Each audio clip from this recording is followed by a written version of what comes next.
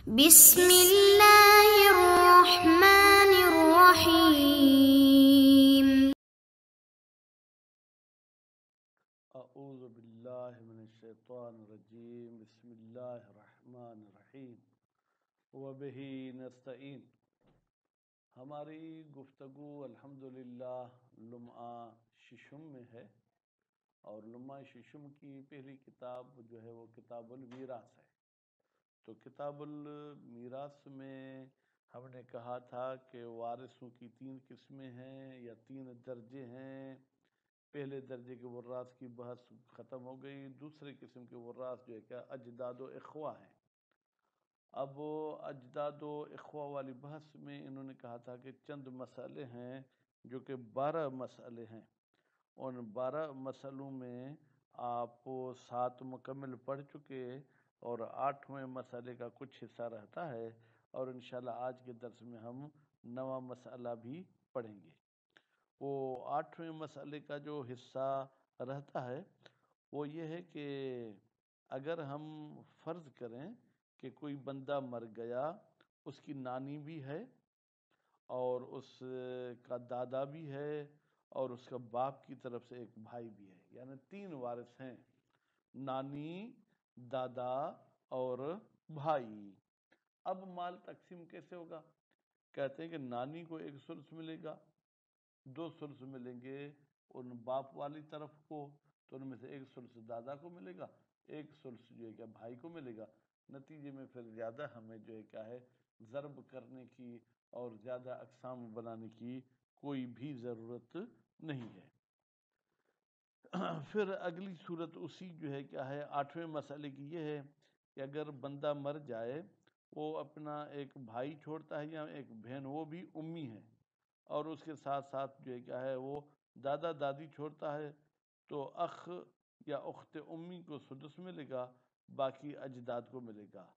پھر اگر بھائی بہنیں متعدد ہیں، ایک نہیں ایک سے زیادہ ہیں، تو ان کو سدس نہیں بلکہ ان کو ثلث ملے گا، تو وہ مزید ہم عبارت میں پڑھیں گے۔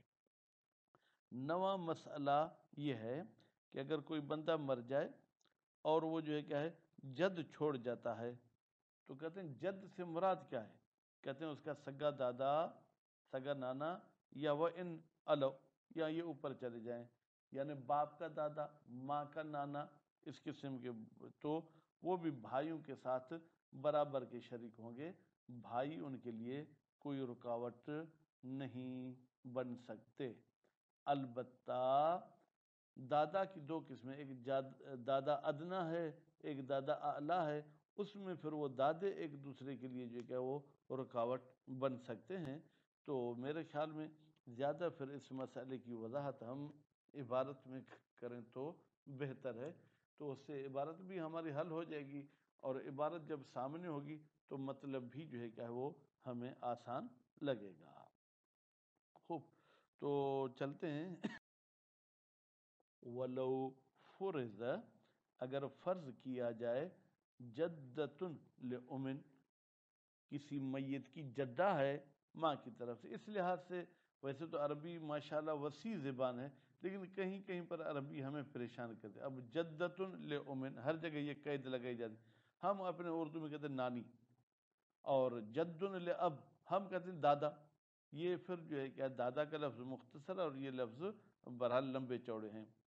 تو اگر کوئی میت نانی چھوڑ کر جائے، وَجَدٌ لِأَبٍ، اور ایک جد باپ کی طرف والا چھوڑ کے جائے، یعنی دادا چھوڑ کے جائے، وَأَخٌ لِأَبٍ، اور بھائی چھوڑ کر جائے لیکن وہ بھائی امی نہیں ہو بلکہ ابی ہو، فَلِكُلِّ وَاحِدٍ مِّنْهُمْ الثُّلُثُ یا ثلثن، پھر ان میں سے ہر ایک کو جو ہے کیا وہ ثلث ملے گا۔ وَلَوْ كَانَ بَدَلَ الْجَدِّ لِلْأَبْ، اچھا اگر دادا کی جگہ پر جدتن دادی ہو، فَلَّهَا ثُلْثُ ثُلْثَيْن، تو دادی کو 2 ثلث کا ثلث ملے گا۔ تو اب 2 ثلث کا ثلث ہم کیسے کریں گے؟ اسنان من تسعتن، خوب، کہتے ہیں کہ ہم ان 2 ثلث کو 9 حصوں میں تقسیم کریں گے، ٹھیک ہے جناب، اور ان میں سے 2 ہم دادی کو دے دیں گے. خوب. و قضا، حالانکہ ظاہری حساب سے تو 9 میں سے پھر 3 دینے چاہیے. اب ثلث ثلثین، تو اس طریقے سے یہ عبارت کہہ رہی ہے. وَقَضَى لَوْ كَانَ بَدَلَ الْأَخِ أُخْتًا، اگر بھائی کی جگہ پر میت کی بہن ہو، فَلَّهَا ثُلْثُهُمَا، تو اس بہن کو ان 2 ثلث کے جو ہے کیا ہے جناب 1 ثلث ملے گا. فَلَّهَا، لہا کی ضمیر کہاں جائے گی؟ بہن کی طرف جائے گی. ثلثہما کی ضمیر ثلثین کی طرف جائے گی. وَلَوْ خَلَّفَ، خلف کا فاعل مانے میت کو، اگر میت چھوڑ کر جاتا ہے اخن بھائی او اختن یا بہن، یعنی دونوں نہیں چھوڑ کے جاتا، بیچ میں او آیا ہے، یعنی یا بھائی ہے یا بہن ہے، لیکن وہ بھی کون سے؟ لِأُمٍ، ماں کی طرف سے بھائی بہن ہیں. مَعَ الْأَجْدَاد، اور اجداد کو چھوڑتا ہے، یعنی بھائی کو اجداد کے ساتھ یا بہن کو اجداد کے ساتھ چھوڑتا ہے. مطلقہ، مطلقہ کا مطلب کیا ہے؟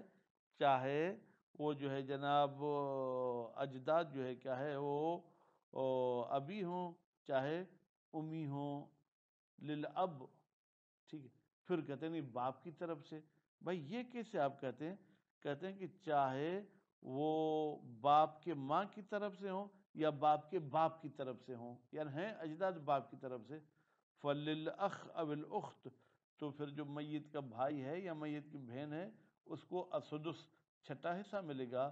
والباقی للاجداد، باقی سدس میں سے جو ہے کیا سدس چلا گیا، باقی 5 حصے وہ اجداد کو ملیں گے. وَلَوْ تَعَدَّدَ الْإِخْوَةُ لِلْأُمِّ، اگر ماں کی طرف سے جو بھائی ہیں وہ ایک نہیں ہیں بلکہ وہ متعدد ہیں، مثلا 2 بہنیں ہیں 4 بہنیں، فَلَّهُمْ الثُّلُثُ، لہم کی ضمیر کہاں جائے گی؟ ان متعدد اخوا کی طرف، ان کو ثلث ملے گا. وَهَذَا بِخِلَافِ الْجَدِّ وَالْجَدَّةِ لِلْأُمِّ، کہتے ہیں یہ جو ہم نے آ کے بھائیوں میں تفصیل کی بات کی کہ ایک کو سدس ملے گا، زیادہ ہوں تو اس کو ثلث ملے گا، یہ نانا اور نانی کے خلاف ہے. فَإِنَّ لَهُ ثُلْثُ، بتحقیق نانا کے لیے ثلث ہے. وَإِنْ اتَّحَدَ، اگرچہ اکیلا ہی کیوں نہ ہو، یعنی نانی بھلی اس کے ساتھ نہ ہو یا نانی ہو اور نانا نہ ہو. وَلَوْ خَلَّفَ الْجَدَّيْنِ لِلْأُمِّ، اگر میت صاحب چھوڑ کر جاتا ہے 2 جد ماں کی طرف سے. اب 2 جد ماں کی طرف سے کیسے؟ بھائی ایک جو ہے کیا ہے ماں کے باپ کا بابا ہے، ٹھیک ہے، یعنی ماں کا دادا، اور دوسری طرف ماں کا نانا ہے، ٹھیک ہے. او عہد میں یا ان میں سے کوئی ایک چھوڑ کر جاتا ہے مال اخوت، جب کہ میت کے بھائی بہن بھی ہیں لیکن للعم، ماں کی طرف سے. وجدن وجدتن للاب، اور میت جو ہے اپنا دادا یا دادی بھی چھوڑ کے جاتا ہے باپ کی طرف سے. فللمتقرب بالام، تو وہ قریب جو ماں کی طرف سے ہوتے ہیں جدود والاخوہ، چاہے نانا ہوں چاہے جو ہے بھائی ہوں، الثلثو، ان کو 1 ثلث ملے گا. وللجدت للاب الثلثان، اور جو باپ کی طرف سے جد ان کو 2 ثلث ملیں گے. وَلَهَذَا قِسْمَ يَرِدُ عَلَيْكَ، کہتے ہیں بھائی اگر مزید آپ کے پاس وقت بھی ہے اور شوق بھی ہے تو پھر ایسی اور صورتیں بناتے جائیں. نواں مسئلہ، الجد و ان علا، فرماتے ہیں کہ جناب جد چاہے وہ اوپر چلا جائے، یعنی جد کا پھر باپ، پھر جد کے باپ کا باپ، ٹھیک ہے، اس طریقے سے.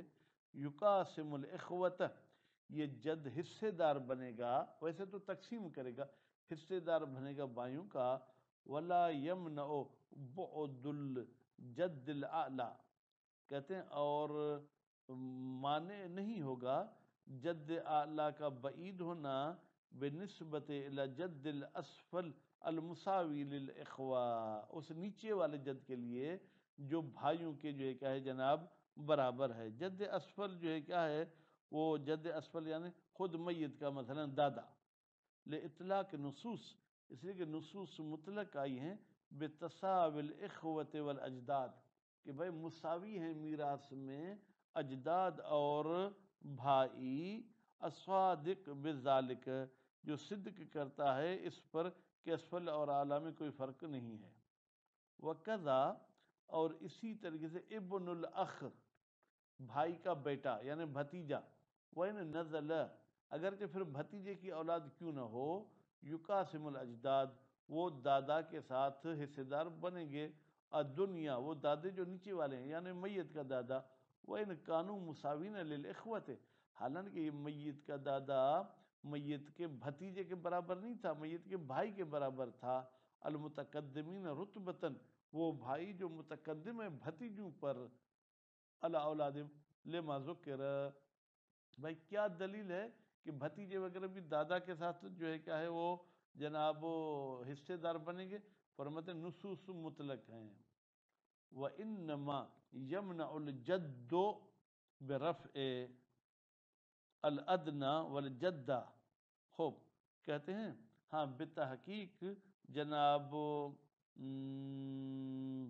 منع کرے گا جد کون سا جو کہ ادنا نیچے والا یعنی جو ڈائریکٹ دادا ہے، والجد اور جو دادی ہے، وَإِنْ كَانَ لِلْأُمْ اب یہ گڑبڑ کر دی، کہتے ہیں اگرچہ یہ جد اور جدہ ادنا کیا ہو ماں کی طرف سے یعنی نانا نانی، الجد اب پہلا جد و فائل تھا یمنعو کا، یہ جد بالنسب مفعول کر کے پڑھیں الاعلی، یعنی اگر میرا دادا موجود ہے تو میری میراث میرے پر دادا کو نہیں ملے گی۔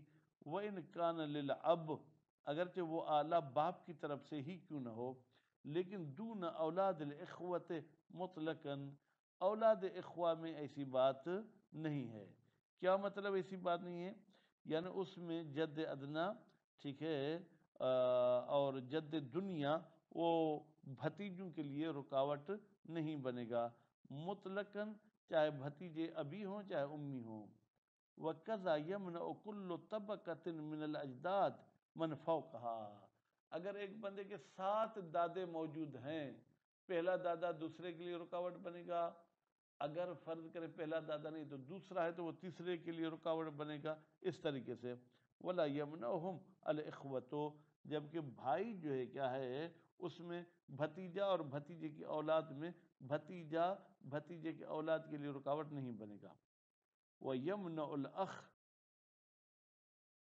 رکاوٹ بنے گا وَإِنْ كَانَ لِلْأُمْ اگرچہ بھائی ماں کی طرف سے ہو، وَمِثْلُهُ الْأُخْتِ اور اسی طرح سے بہن رکاوٹ بنے گی، ٹھیک ہے کس کی؟ ابن الاخ بھتیجے کی۔ بھائی جب بھائی موجود ہے تو بھتیجا میراث کیوں لے گا؟ جب بہن میت کی موجود ہے تو بھتیجا حصہ نہیں لے گا۔ وَإِنْ كَانَ لِلْأَبَوَيْنِ اگرچہ یہ جو جناب بھتیجا ہے یہ ابوین ہو یعنی بھتیجے کا باپ اور میت کا باپ بھی ایک ہے ماں بھی ایک ہے، لأنہما اس لیے کہ یہ جو اخ اور اخت ہیں یہ جہت واحدہ یہ ایک ہی جہت ایک ہی مرتبے کے، یمنع الاقرب منہا الابعد اس جہت میں جو میت کے قریب ہوتا ہے وہ بعید کو روک دیتا ہے۔ وَكَذَا يَمْنَعُ ابن الاخ اور اسی طریقے سے بھتیجا روک دیتا ہے مطلقاً چاہے بھتیجا ابھی ہو چاہے امی ہو، ابن ہی اپنے بیٹے کو، بھتیجے کے ہوتے ہوئے بھتیجے کے بیٹے کو نہیں ملے گی مطلقہ، چاہے جو ہے کیا ہے ابوینی ہو چاہے ابھی ہو۔ وَلَهَذَا الْقِيَاسُ بھائی اس قانون کو مد نظر رکھیں، یمنع کل اقرب بمرتبۃ ہر وہ بندہ جو کسی مرتبہ کے لحاظ سے قریب ہے میت کے، وَإِنْ كَانَ لِلْأُمْ اگرچہ یہ اقرب ماں کی طرف سے ہو یہ منع کرے گا الابعد بعید والے کو، وَإِنْ كَانَ لِلْأَبَوَيْنِ اگرچہ وہ ابعد جو ہے کہ ماں باپ کی طرف سے رشتہ دار ہو۔ خلافاً للفضل بن شازان من قدمائنا یہ نظریہ ہمارے پرانے علماء میں سے فضل بن شازان کے خلاف ہے۔ حیث جعل للأخ من الام انہوں نے کیا کہا ہے کہ اگر ماں کی طرف سے کوئی بھائی میت کا ہے تو اس کو سدس ملے گا، والباقی لابن الاخ یعنی بھائی کے ہوتے ہوئے باقی حصہ بھتیجے کو ملے گا۔ کون سا بھتیجا؟ للابوین یعنی اس بھتیجے کا باپ اور میت کے باپ کے ماں باپ ایک ہیں کہ ابھی ہے، جیسے کہ خود اس بھتیجے کا باپ رکاوٹ بن رہا تھا اس طریقے سے رکاوٹ بنے گا تو ماں کے بیٹے کو جو ہے کیا ہے جو کہ ہمارا بھائی ہے اس کو سدس ملے گا۔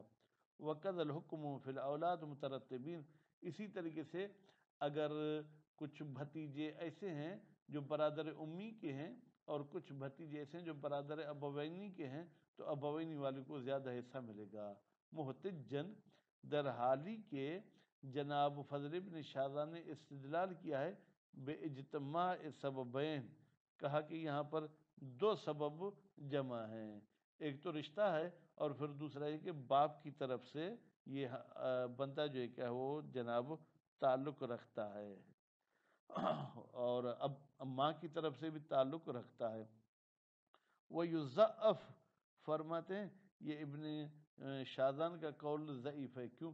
بتفاوت درجتین، بھائی بھتیجے کا اور بھائی کا درجہ مختلف ہے، اگرچہ وہ ماں کی طرف سے بھائی ہے لیکن بھائی ہے۔ المسقط، یہ تفاوت درجتین ساکت کر دیتا ہے لِاعْتِبار سبب، آپ نے یہ جو سبب جنوایا بتایا کہ وہ باپ ماں دونوں کی طرف سے رشتہ دار ہے۔ تو الحمدللہ 9 مسئلے پورے ہو گئے۔ اگلے درس میں انشاءاللہ ہم 10واں مسئلہ اور کوشش کریں گے 11ویں مسئلے کا بھی کچھ حصہ پڑھیں۔ صلی اللہ علیہ محمد و آل محمد۔